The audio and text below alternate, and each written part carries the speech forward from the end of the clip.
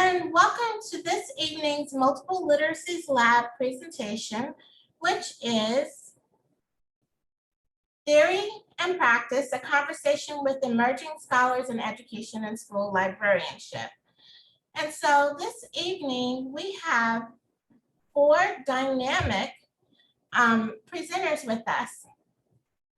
Our first presenter will be Diana Colby, who will present on principals, perceptions, hiring pre-service librarians. She is currently a librarian and district library facilitator in a school district, which I will not name. Then we have Diane Gill, who is presenting School Librarians Sustaining Library Services During Crisis. She is currently an associate of professional practice at a university. Then we have Stacie Milburn, who is presenting on collaboration of the school librarian and teachers of life skills services. And she's currently a high school librarian. And finally, we have Natalie Parker, who will present the active agency of non-human actors within the school library. She is currently an AP Human Geography and AP Psychology teacher at another school district, which I won't name. So each presenter is in a different stage of their doctoral career, but I wanted them to come and present because I feel deeply connected to all of them. They are actually products of our program.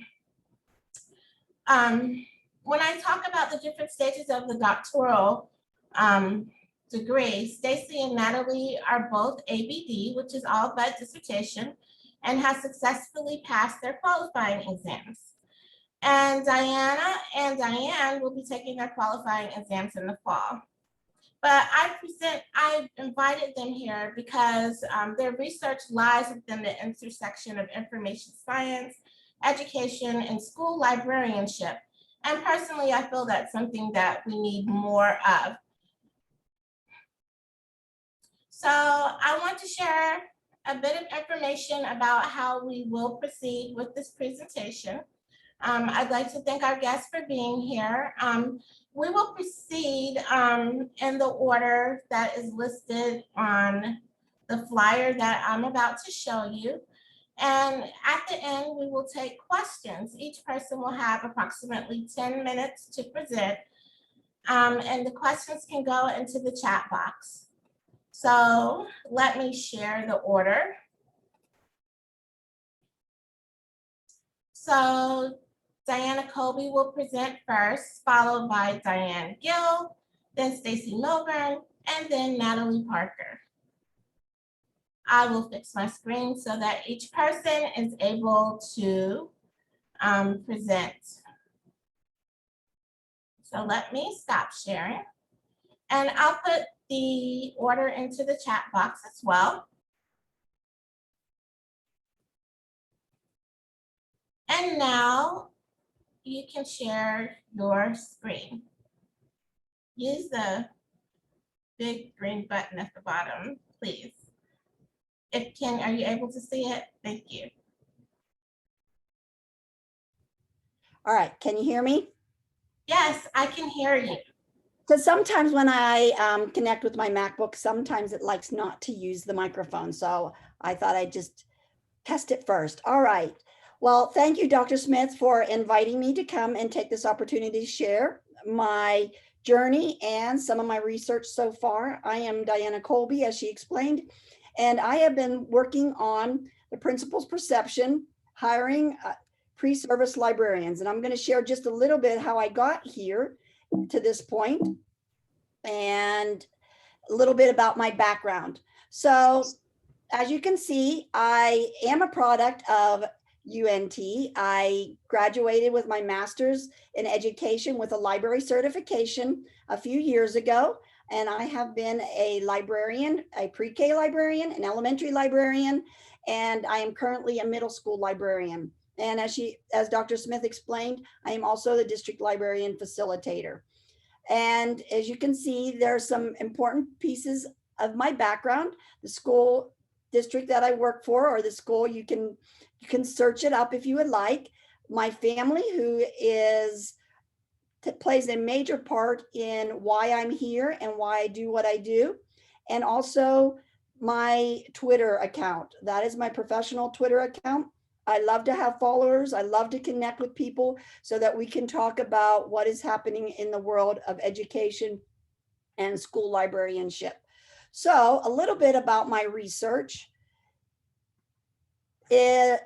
As I have been working as a district librarian facilitator and working with principals, I have noticed a pattern the last couple of years that our principals have chosen to hire pre-service librarians over already qualified librarians. And that had me questioning, why are they choosing these librarians over ones that have had previous experience? And so I started to research the principal's perception of school librarian. And right now, these 4 researchers or groups of researchers have led me to some of the questions and answers that I have been searching for. So Gary Hartzell has done a lot of work. His started a lot of the discussion on the principal's involvement and the principal's perception and how important a principal is in what a school librarian does, followed by an international study. And these 3, Henry, Hay, and Olberg, have done an incredible body of research on the principal's influence in the school librarianship and what a school librarian can do. And then Shannon, she has done some research on the principal's perceptions of school librarian and when you have a supportive administrator and how important that supportive administrator is. And so as I have been going through and researching and refining my questions, it comes back to what role that administrator has and why would they choose a pre-service librarian over one that has already been a librarian for several years.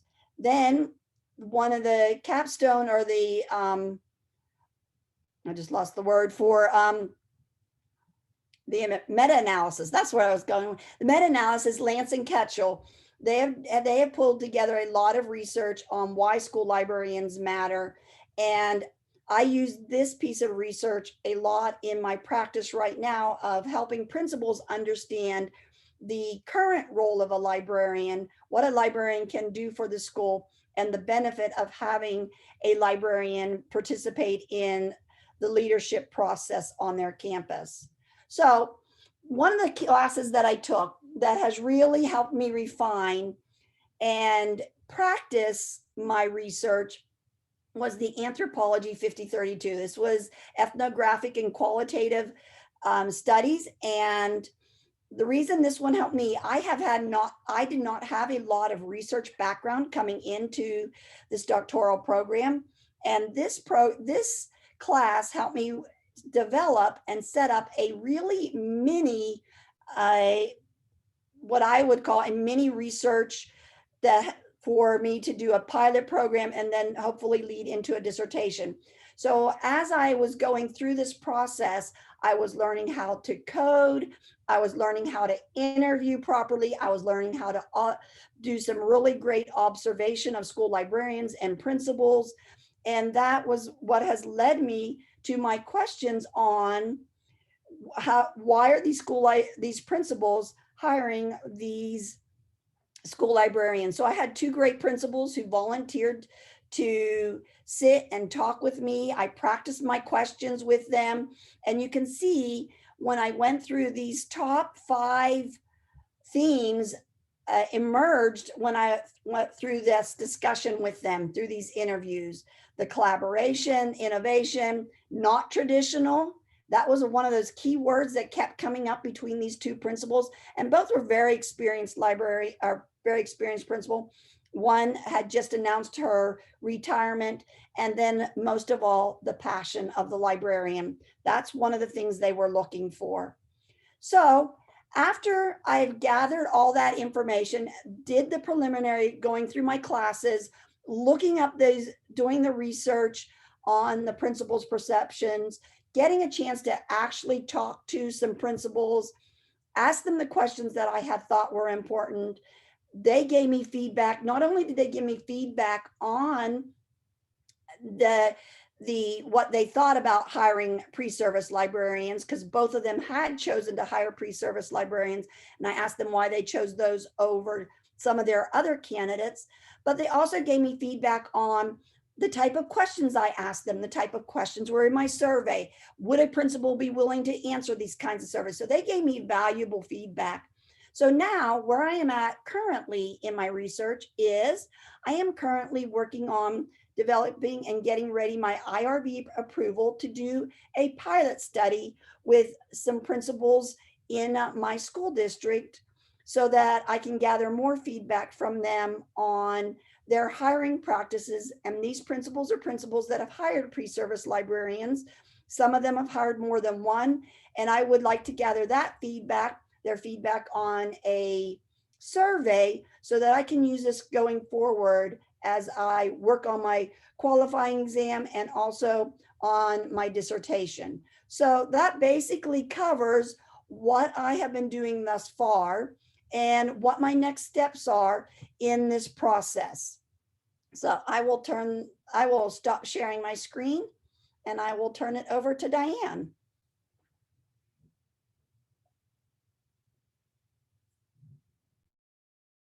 Don't forget to unmute. Okay, can you all see my screen? Yes, we can. Okay, so now I need to go to presentation mode.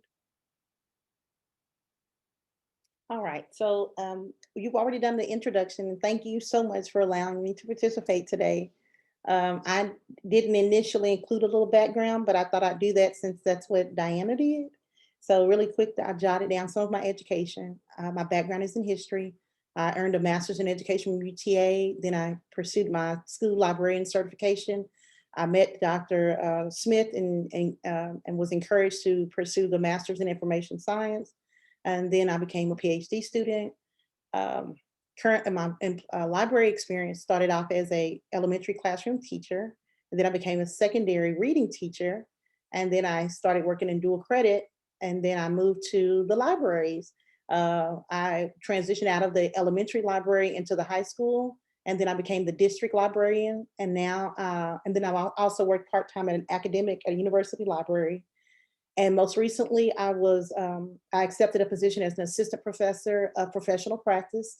I'm also the school librarian certification advisor for incoming master's students. Now I want to focus mostly on the research that I'm working on, that I know we're working on for the fall. So I was asked to present the introduction of my topic, the problem statement, its importance, the research methods, and the expected results. And so the school librarians, my topic is the school librarian sustainability library services during a crisis. And the primary focus of my concern is the school libraries is providing continuous high quality, relevant and equitable access to library services and resources in order to meet the needs of all of our students and their families during a time of crisis. And not just our learners, but also our educators. And I clarified that in the research questions. My topic's importance, the value of this study is to provide insight and practical solutions to issues related to school library services during a crisis. I believe it's important because it allows us to spotlight the resilience of school librarians that provide fair and equitable access for our students. Also, it's valuable because it helps us identify best practices, meeting our patrons' needs at their point of service. In addition, I thought it's valuable because it identifies the professional resources that school librarians use during that time of crisis. It also reveals to the campus and district leadership the value of certified school librarians and their diverse and strategic skill set. And then finally, it's valuable because it reinforces the importance of school librarians' adaptability, meeting the most immediate needs of learners and teachers in a constantly changing learning environment. So the problem statement, my working problem statement is like little is known about the school librarians' responses to traumatic and tragic events. This research will seek to find out how school librarians adapted their roles in order to provide library services to learners, educators, and other professionals and staff during that crisis. A couple of research questions that I'm touring with is the first one is from the school librarian's perspective. To what extent does the role of the school librarian change as a result of a crisis? And then the second, there's two subsets to the second research question, which is what is the benefit of developing the role of the school librarians in response to trauma and tragedy within the school library environment? And the second subset of that question is what is the benefit of developing the school librarian's role in response to trauma and tragedy within the school's ecology?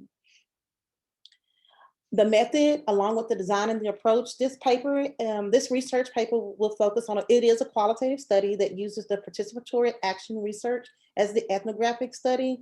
Participants will consist of state certified school librarians in the United States, and the approach will be a combination, including personal experiences. We'll do a focus group, observations, a questionnaire, and then their reflections. Why the PAR method? And it was selected as the model because I thought it afforded the participants the opportunity to share their personal experiences as they self-reflect on the traumatic experience. It also gives us an opportunity to share how that supported them building an action plan to improve the library practices and situations in which participants will find themselves in the event it occurs again. And it's also a reflective process because it requires action that's influenced by understanding the history, the culture, and the local context embedded in the social relationships within that community. And I thought it was also empowering. So real quick, the last part was, what do I expect to find? So from the research question 1, I expect to find that statistics are going to show that student services were impacted, probably negatively, as a result of reduced or limited access to library services. And that includes the loss of the traditional role of the school librarian.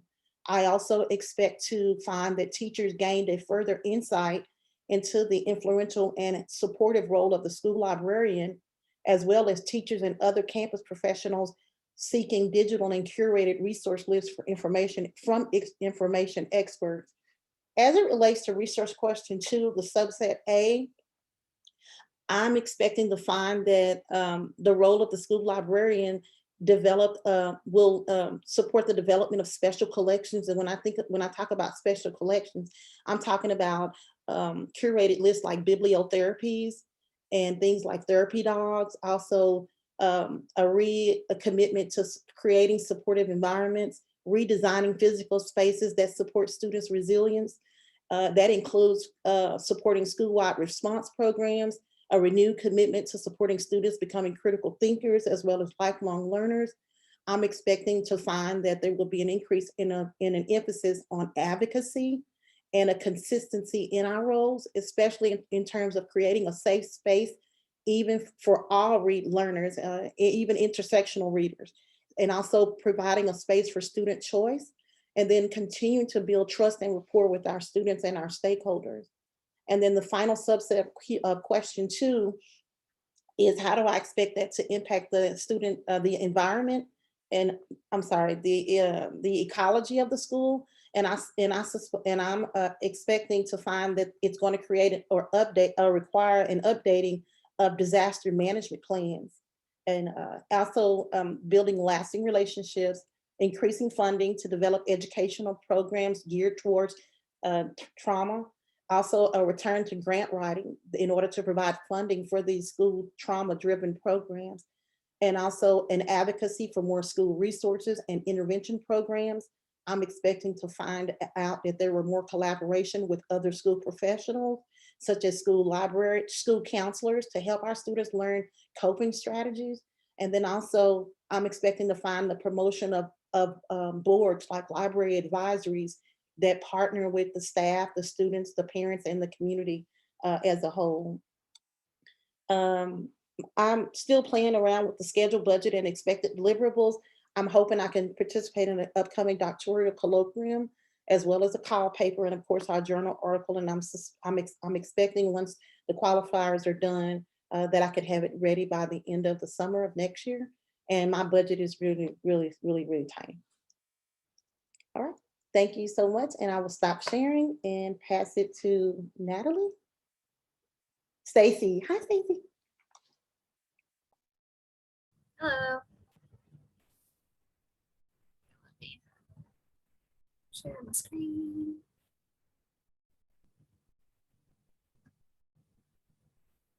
Okay, can you all see that? Yeah, okay, perfect. Okay, so I'm Stacie Milburn. I am a doctoral candidate here at the University of North Texas, and I'm going to discuss my research thus far, which is titled The Collaboration of the School Librarian and the Teachers of Life Skill Services. I'm going to get right into it because I have a lot to go over, so let's go ahead and start. So the problem statement for my research is the fact that the United States has about 14% of the student population who are receiving special education services. And students that are receiving special education services, they need appropriate learning accommodations.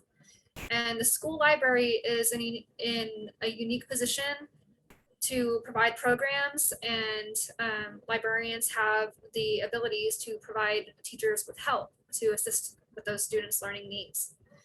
So the issue is that school librarians and teachers of students who receive special education services are usually hesitant to collaborate together.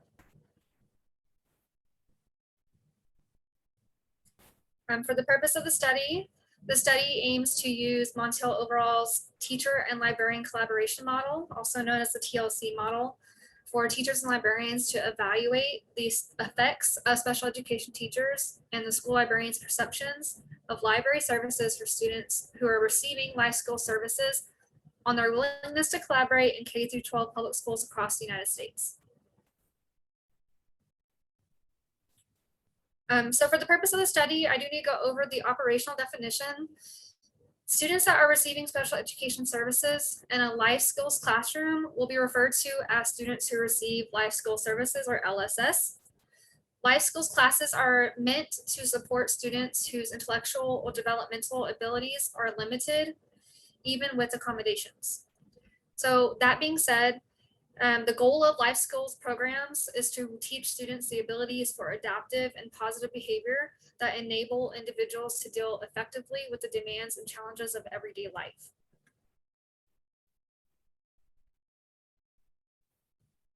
The conceptual framework for the study is based on the TLC model by Montiel Overall, and there are 4 facets that are established in that model. The first one is coordination, then we have cooperation, integrated instruction, and then integrated curriculum, which we'll talk about in a second. By using this TLC model, I will be able to assess and evaluate the factors within each of these facets that influence teachers of LSS and school librarians' willingness to collaborate.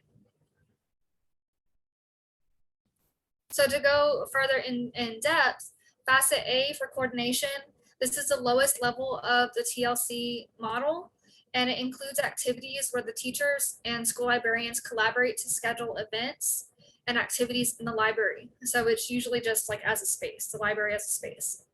Facet B is cooperation, and this is the second level of the TLC model, and it refers to the teacher seeking out support from the school librarian. Facet C is the integrated instruction, and this encompasses structured collaboration between the school librarian and the teacher. So for example, the 2 professionals would develop and execute a joint lesson together.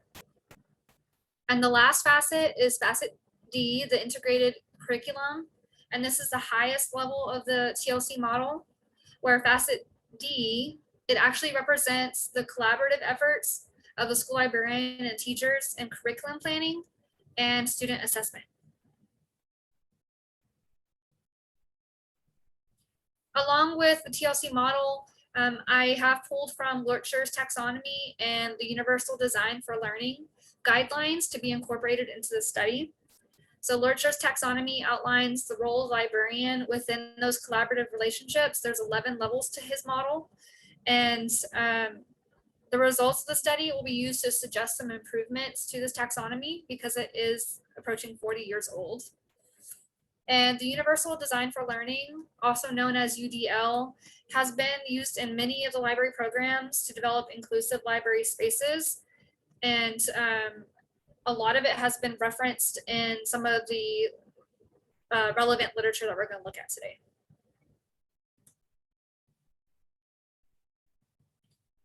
So my study questions, So question 1, what factors influence collaboration between teachers of LSS and school librarians? Question 2, what are teachers of LSS perceptions of the impact of library programming on the achievement of students that receive LSS? Question 3, what are school librarians' perceptions of their ability to provide services to students that receive LSS? Question 4, what are teachers of LSS and school librarians' perceptions of collaborating with each other? And then the last question, how do teachers of LSS and school librarians collaborate to provide services to students that receive LSS? There are some assumptions and limitations to the study. So the data collection will rely on self-reporting, and potentially the participants could withhold or modify information that could skew the survey results. And then of course, there are the many challenges that we've experienced in education. As far as teacher turnover rate, special education teachers already have a higher normal turnover rate than general education teachers. The general education teachers generally have an 8% turnover rate, whereas special education teachers have a 46% turnover rate. And this doesn't include any statistics from the COVID pandemic. And another challenge threatening the study is like the effects of COVID-19. Respondents, they need to answer their survey questions thinking about their pre-quarantine experiences with collaboration between the teacher and the librarian. And this would unfortunately exclude first-time teachers and first-time librarians from participating in the study since their first year was during the COVID-19 pandemic. And another limitation is that for those teachers and librarians that can recall their pre-quarantine experiences, it's difficult to think back a whole year before that and recall their accounts accurately. As far as the relevant literature is concerned, there's 4 different groups that I focused on. The first is school librarian and teacher collaboration. And a lot of the research has shown that collaborative relationships between the school librarian and teachers leads to increased student achievement. And the article by Murray is the only article I have listed here that addresses the collaborative relationship between the special education teacher and the librarian. And that article also states that library services are improved for disabled students when there's collaboration between the 2 professionals. The second category is the effects of library programs on student achievement. And the literature, which also includes 31 impact studies done by Scholastic alone, they show that employing highly certified librarians has a direct positive correlation to student achievement. The third section is inclusive library programs. And we did talk about UDL already as a guideline to developing accessible and inclusive library spaces for all user abilities. And UDL principles were also included in Blue and Pace's research and Nagel's research. And the last resource on there, the Small Justice and Regitano, it actually talks about Project Enable, which aims to provide equitable access and services to patrons with disabilities. The last section is the preparation of school librarians. Out of the various preparation standards that are listed there, special education is not explicitly identified in any of them. There is talk of diversity, there's talk of inclusion, but there's nothing specifically stated like how to service those special populations. So if school librarians are not properly trained to service special populations like students that receive special education services, how can we be expected to provide those students with the same quality of instruction as our general education peers? Now, the gaps in the research, there is a lack of research for the special education sides of things. There's a lot for general education, and the mention of some of those special education research, it is for like general education students who are receiving special education services. There's a lack of formal inclusion in special education training.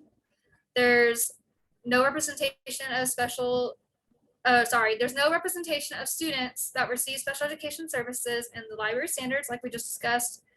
And librarians now have more access to assistive technologies, and we're learning more about ways to provide diverse services. So we need to be in that fight trying to use what we're learning to support those students. Now, I'm going to use the incorporation of UDL guidelines in the study to try to assess how we can bridge those gaps.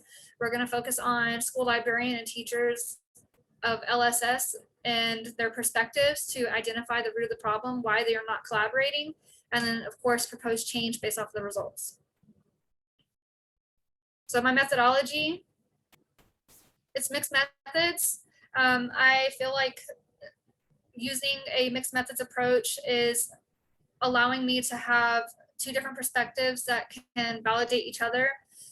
So I definitely want to explore both sides of those things. I want to have the qualitative data and the quantitative data, merge together and confirm what I'm assuming about my study. As far as the participants are concerned, I'm going to try to recruit K through 12 public school librarians and teachers of LSS in the United States. I want to recruit at least like 50 librarians and 50 teachers of LSS via social media platforms and direct invitation after searching through district websites. And as far as the relevance of the population, according to the NCES in 2015-16, there was about 82,300 public schools in the US that had a library or a media center. And there were 0.7 full-time certified librarians or media specialists employed at each campus. So that's a large number. And according to the US Bureau of Labor Statistics, there's about 447,770 special education teachers employed in the US. So I'm trying to get a better idea of their perspectives, but obviously with those numbers, I'm not going to get close to the size of the population. But the criteria for selection, they have to be in a public school in a K through 12 setting, and the teachers have to work directly with students who receive life skill services.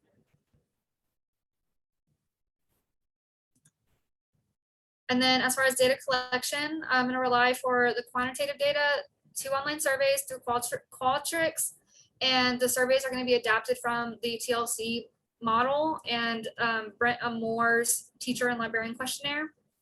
And then the qualitative data will be from one-on-one interviews and field notes. And as far as the data analysis is concerned, I'm going to rely on substantive coding. And as far as that's concerned, like a grounded theory approach, the coding will be used and it will be implemented to analyze my survey data. Descriptive statistics will be used to analyze the demographic data. Sentiment analysis is going to be used to assess the polarity of the responses from some of the survey questions and the one-on-one interviews. And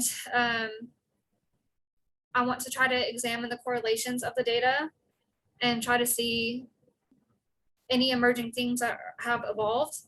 As far as the time frame, I want to have like 1 to 2 months to collect the data. And then after that, I would definitely like to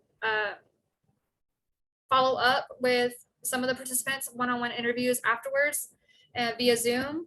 And then that way I can start to analyze the data and interpret the results to determine how to move forward. And then as far as, I'm going to wrap this up because I'm pretty sure I'm going over a little bit of time, I'm sorry. I want to evaluate the perceptions of school librarians and teachers of LSS to determine the impact on collaboration, utilize the TLC model as a framework, and also incorporate UDL and Lorcher's taxonomy. I'm using a mixed methods approach.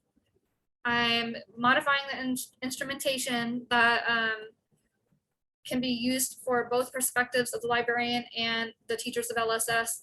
And then I want to suggest a new framework for the librarian and teacher collaboration and a modified taxonomy to be developed based off of the results of the study. And that is it.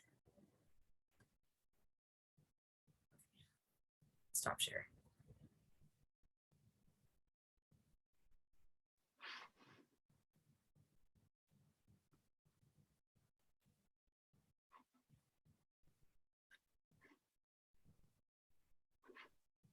Okay, hello. Can you guys hear?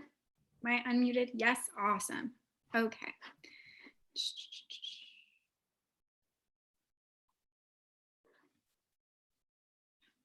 Hi, so I'm Natalie Parker. And I'm going to present essentially what I would like to do my dissertation on and what my research is sort of gearing up for, and I'm very excited about it.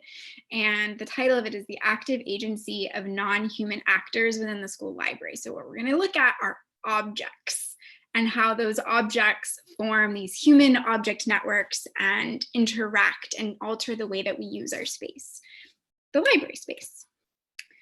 So what we're looking at is the idea that the library is a complex environment and that the network of the library doesn't just include the people who are there, but also the objects that are in the space because they are influencing behavior and altering student experience. And historically, it sits in this library environments research area. And historically, that has been kind of a macro research area where we're looking at holistic design choices. We're looking at big items, which we see in Bennett's library paradigms, which I'll talk about a little bit later. But little has been done to show sort of the minutia, the mundane things that are in the library. And so this looks more at mundane things, staplers, pencil sharpeners, all of those kinds of things, and how they influence students. So there's this gap that exists where we look at library environments and we're looking at affective, we're looking at macro level items, but we're not really looking at the micro. And so that's what I would like to do. And part of this comes about from this Dufresne and Hong study in 2020, which looked at academic libraries where students weren't using the spaces the way that librarians had wanted them to use the space. And they were just kind of ignoring the fact that students weren't using the spaces the way that they thought. And so I thought that was really interesting.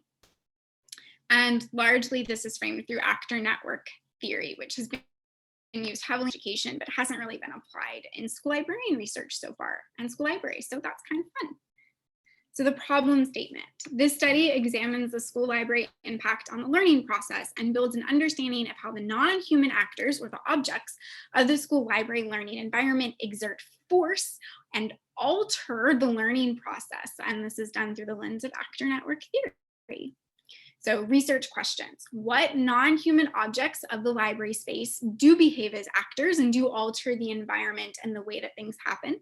How do educators perceive the library space and those non-human actors? So how are the librarians, the people making those design choices, how are they perceiving the library space? How does the school library space and its non-human actors impact student engagement with the learning process? So when students are using the school library, how are those objects altering that experience? And lastly, how do students perceive the library space and its non-human actors in their learning process?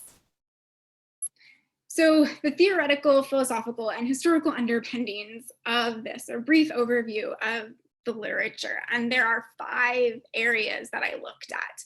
The first was constructivism, so the philosophical foundation of the study, and then affordances, so looking at objects and what those mean, the library learning environment itself, and then the last 2 are more of frameworks, social network analysis and actor network theory. So for constructivism, learning is an active process, and that activation requires a setting. So this is where the learning environment part would come into play. So knowledge construction, we construct our knowledge, happens at a construction site, so a place. And that place includes both humans and objects that we share in our environment. Affordances are what objects allow us to do. So if we're going to look at objects, then we have to understand that objects are altering our choices, and they alter our choices by affording us to do certain things. So the environment is everything that exists within us. And when we're in that environment, we're in this state of constant information pickup where we're learning about our environment, we're taking in information about our environment. And when we do that, we look at the objects in our environment, the things that we're sharing our space with. And those objects afford us or enable us to do certain things, like a chair affords you to sit. But if the chair is too big, then you cannot sit in it, right? Your feet dangle. It's not as much fun, or you can't get in it. So objects alter our behavior, and how we perceive those objects also alters our behavior. But we are humans, and that means we can also alter the objects if we would like to. So those are really fun. And part of understanding the object comes down to Norman's object design. which is the ability of an object to afford behavior based off of the design. So are we understanding the object correctly when we are looking at it? Does it signify how we should interact with it? Does the door seem like you should push it, but really it's a pull? Is it giving you the wrong signals? Because that happens, and that's not your fault. That's the design's fault. That would be the object is not really affording the behavior the way that you expect it. So looking at objects very closely and in fine detail. And what we're going to look at are the objects in the school library. The library as a learning environment. So the idea of the learning environment being a special and particular place, I trace back to John Dewey. In 1919, he wrote Democracy in Education, where he said that space design is important for learning itself. And it's very important that your space for learning is specifically designed that way. And then learning environments research really enters school library really in the aughts, so the early 2000s. And that research is largely effective and holistic, and that a library's design can be thought of as belonging to 3 specific paradigms throughout history. The reader-centered, so when a library is mainly used just for reading, so you can think about like a special collections. Book-centered, where the library is just a bunch of books and there's no space for you to do any reading. And then the learner-centered, which is what we're gearing towards now in Lurcher's learning commons, and we're moving towards that idea that it's the sort of centered area with a lot of things happening in it, and we're changing it and it's dynamic. And what we know is that satisfaction, what we sort of figured out through the research, is that satisfaction with the learning environment leads to overall student satisfaction. So it's really important that we don't just look at the big picture, that we also look at the small things. And then framework and methodology is going to be done through actor network theory and social network analysis. And social network analysis is used to map human-human connections, and it's typically only been applied that way. But what I would like to do is take that and apply it to human object networks so that we can map our networks with the objects, not just our networks with people. And that comes down to actor network theory, which comes out of French sociology. And it's the belief that our environment and behavior can be impacted by objects within that environment. And that anything that alters your behavior is an actor with agency. Those networks are always changing. And understanding this is critical to understanding how humans behave within the network. And lastly, you have to observe in order to understand, and humans, actors, should always be allowed to define themselves. So the research doesn't want to speak over the people.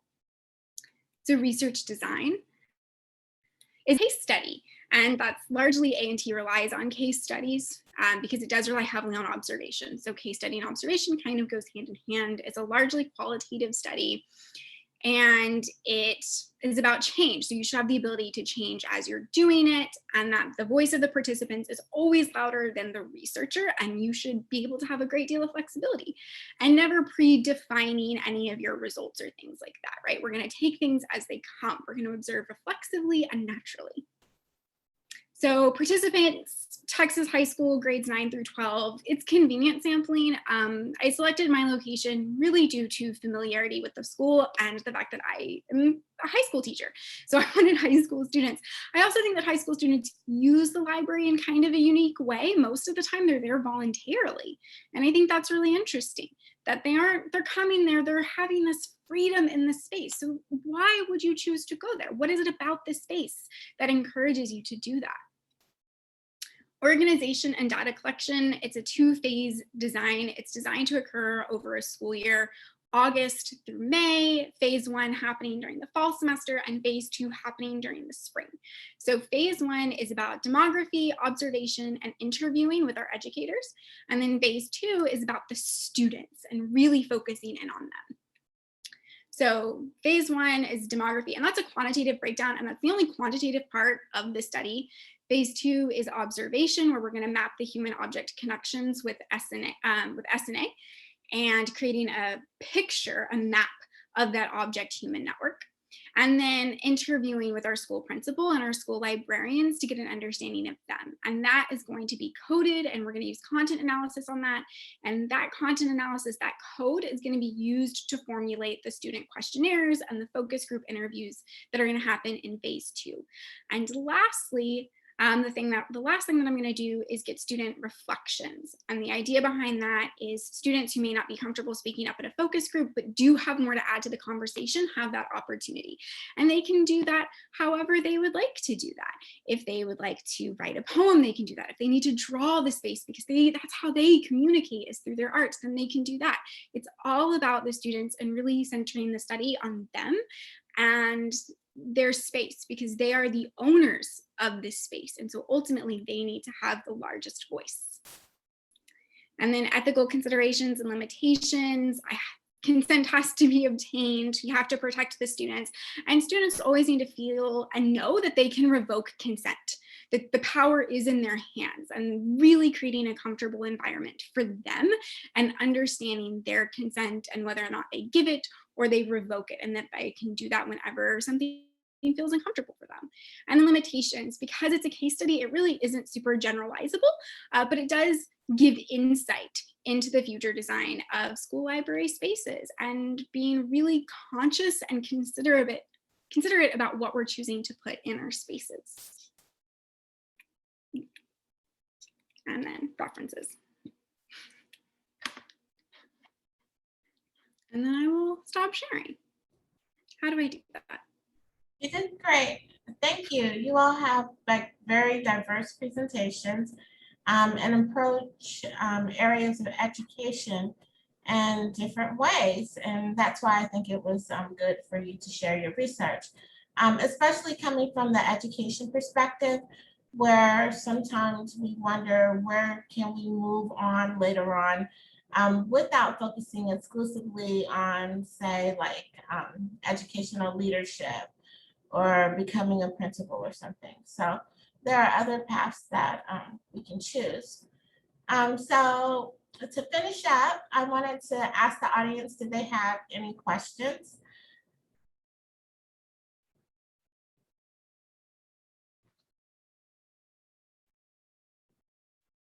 I would guess that you do not have questions. And then I'm just going to ask a few questions of my own, and we can do kind of like a round robin kind of deal. So being that you're all, let's see, there is something in the chat. And Dr. Floyd, because she defended today, says that it's a great job from everyone. Okay, so what is it like to adopt a research agenda that connects to practitioners in the K through 12 environment? Jump in anytime. For me, I feel it's very empowering to adopt a research agenda that connects to practitioners in the K through 12 environment, because it helps me keep going whenever things are feeling tough or when they're getting difficult, because I know that what I'm doing is going to matter and it's going to influence change. And I was going to share the same thing, kind of, Stacie. I feel like it's engaging. It's very personal. It's not just empowering, but it's relevant because it's what I see as well on as a practitioner. I think for me, I look at things differently in my practice in my K-12 environment. I'm asking questions that previously I would not have thought to ask. I'm interacting with people a little bit differently because I'm looking at the data more than just I had in the past. I'm trying to get to the bottom of, hey, what is some of these challenges that we're facing? And is there a solution out there for us? Yeah, I would agree with that. I think it alters my own practice as I'm doing things, as I'm reading, as I'm learning far more than I think I've ever read and learned in my life. And it really, especially in my classroom, because I'm still in the classroom, it changes the way I've set up my classroom. It changes how I look at students and what they do and where they move and what they have access to. Like I recently moved classrooms because my school flooded during the snowstorm. And I didn't have as much space. And so I had to put like my markers and stuff in this cabinet. And suddenly my students were asking to use the markers, which they had never done before, ever.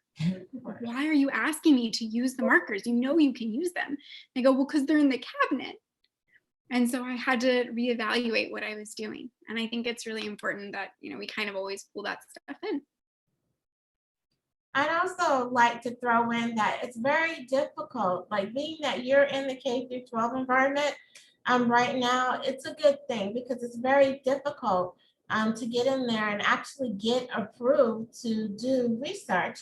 So everything that we can get that connects that theory to the actual practice of what we're doing from a realistic perspective is very important because it's so rare to get that genuine research.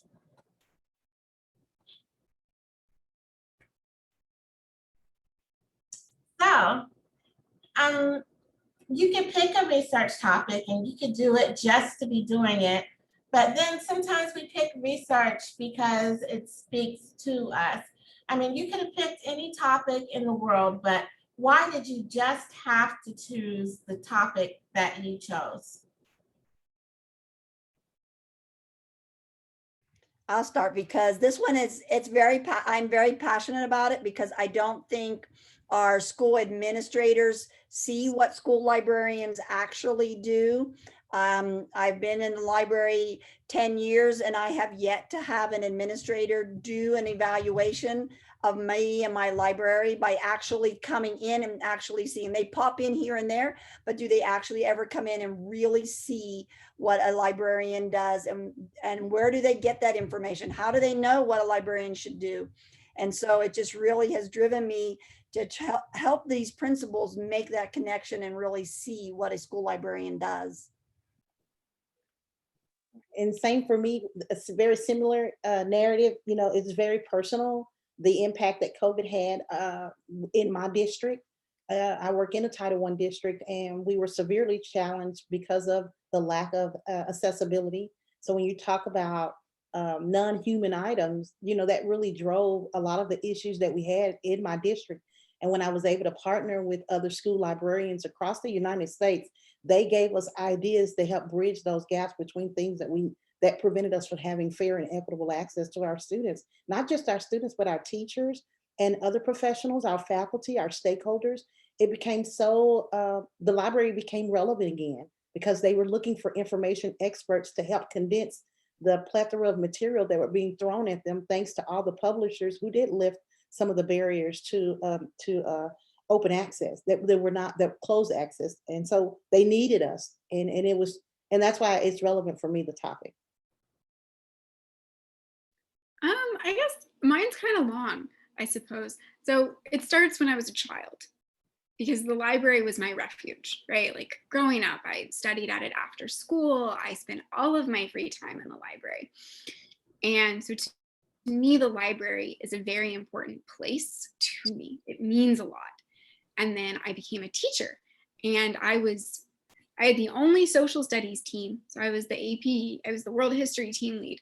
And I had the only social studies team that used the library because I designed this whole research thing and none of them were using the library.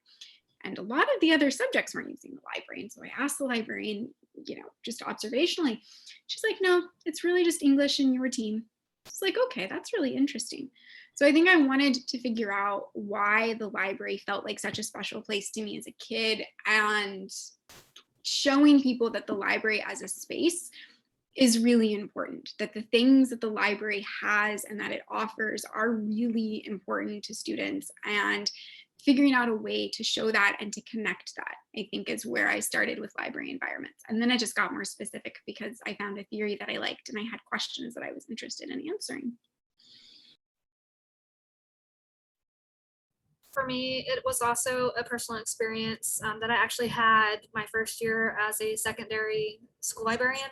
Around Halloween, I bought miniature pumpkins and acrylic paints and invited students that receive life skill services into the library to, do arts and crafts and read everybody books. And the special education teacher that were with those students told me that in her 25-year career, that I was the first librarian to ever invite her students to the library. And my heart just shattered. Like, I was kind of appalled, and I realized that things need to change and I want to be a part that change. And especially with special populations, when they are underrepresented, I want to advocate for them and make them feel welcome in my space. Thank you. So we're almost done, and I think that it is befitting to place, I guess, the onus of the last question on you all. So what I would like to know is, what would you like to share with other educators who want to transition to pursuing doctoral studies and making an impact with research in the K-12 environment? What can you offer them? What advice do you have?